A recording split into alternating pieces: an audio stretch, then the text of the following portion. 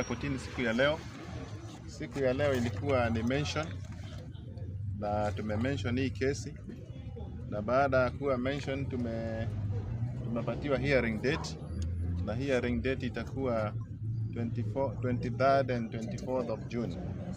So tutarudi hapa mwezi wa June, na unajua hii makesi ililetwa kwa sababu ya kutuhangaisha, na tumehangaishwa sana na hii makesi.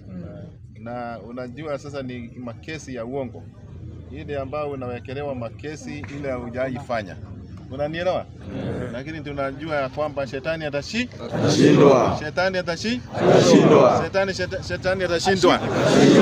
atashindwa, na sisi zote tutakuwa huru, na tutakuwa huru kabisa. Away from the case, yes. Tuongee mambo yanaendelea pale Mlima Kenya. Yes.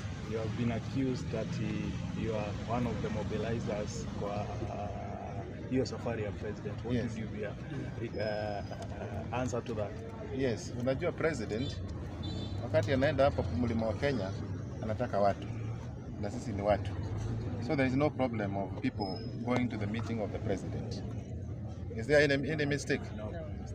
Are we not human beings? We are human beings. Exactly. Na kama sisi tuko watu na president amekuja Laikipia na tumezaliwa Laikipia, mbona tusimulaki? Lazima tumulaki. Popote president atakapoenda sisi tutamulaki, kwa sababu yeye ni kiongozi wa taifa la Kenya. Yes. Sio kuwa accused. Yeah. Lazima tumobilize everything.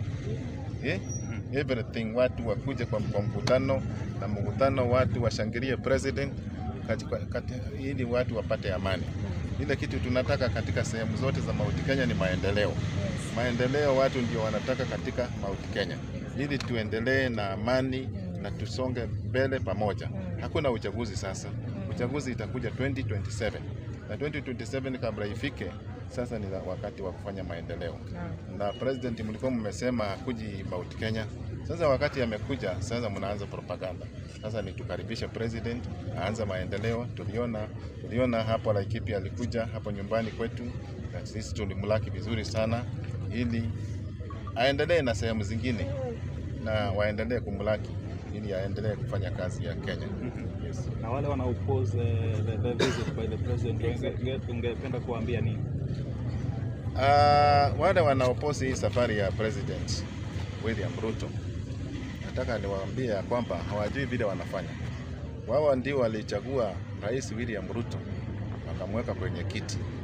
In fact, 47%